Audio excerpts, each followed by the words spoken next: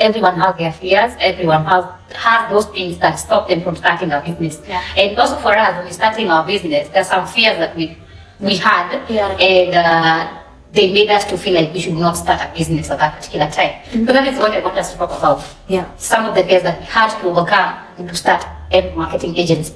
So let me start with you. Which was one of the fears that we were facing at that particular time when starting out in the marketing agency?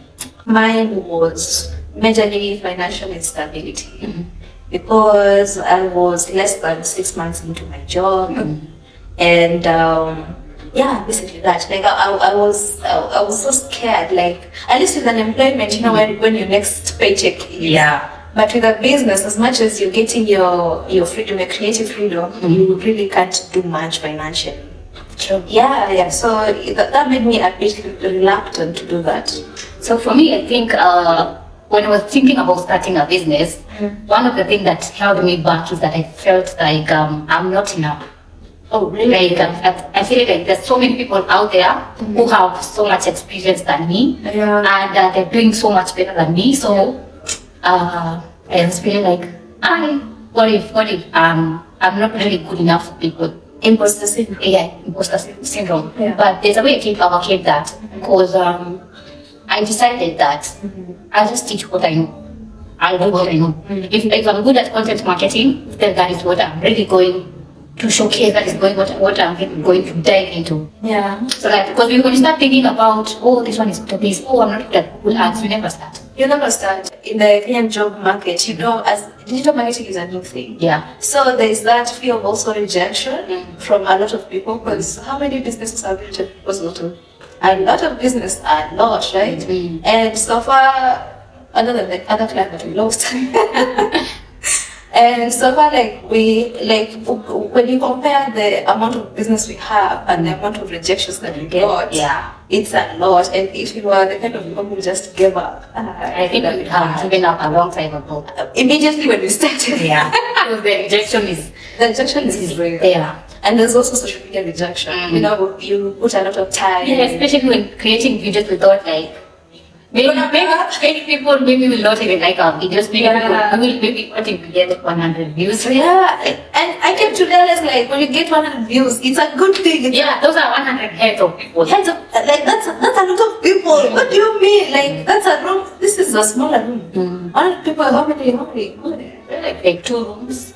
2 rooms or 3. Yeah. Or 3. That's a lot of people. Imagine now you're addressing that amount of people. Yeah. So fear. What else are we talking? I think also for me, one thing that made me fear to start a company is I thought maybe we would not be able to balance. You know, because when you're coming from a 9-to-5 job, there's always that paycheck. Yeah. And then now you have to start out with new clients. You don't know how to charge.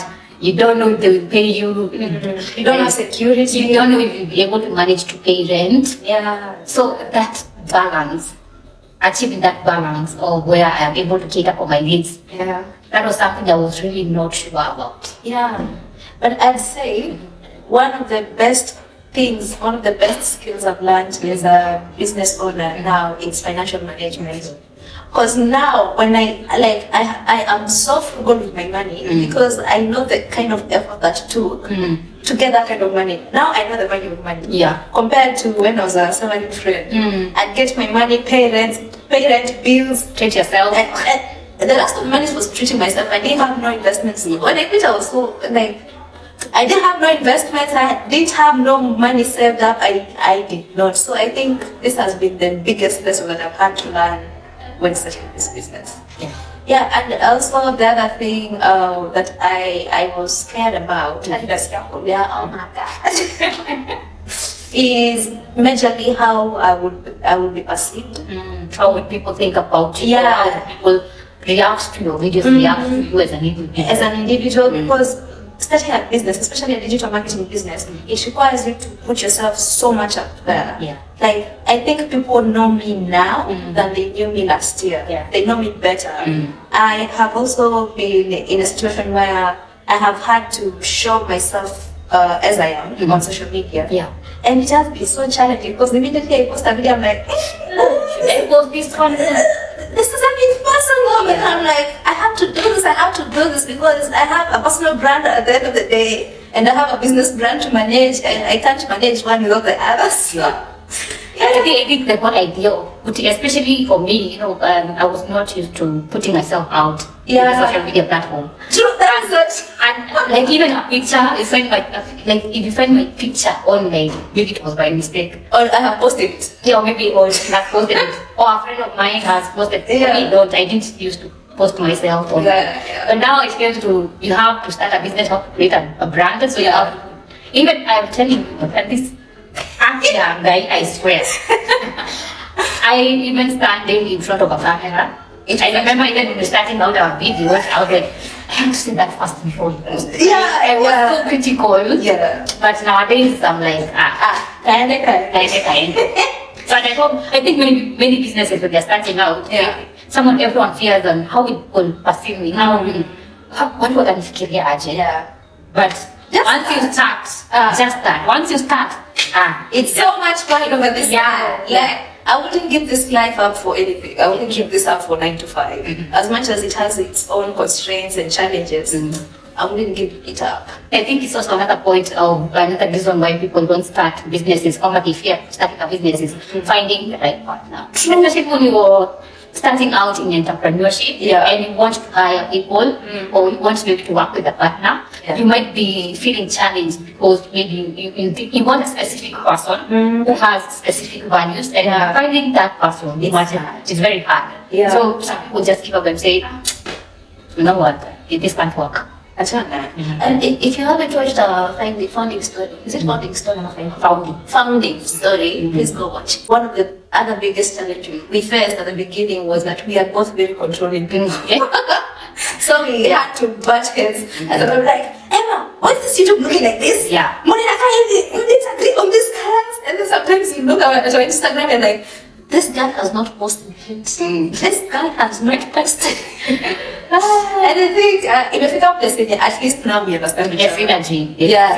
And also we understand, like, Emma Polo, I have to pick it up. Like, we don't have to communicate much. Yeah. We don't have to, we are Polo, let me give them a break. We are Sawa, but we bushiria, there's a fine, ama sometimes happening to find let me pick it up. I think when it comes to finding the right client, what we can advise people to do is sometimes have that candid talk with whoever you're working with, and tell them this is what I was expecting you to do, and then they can give feedback on how they feel about the situation. It's all about communication. True. That is how you find the right person to work with.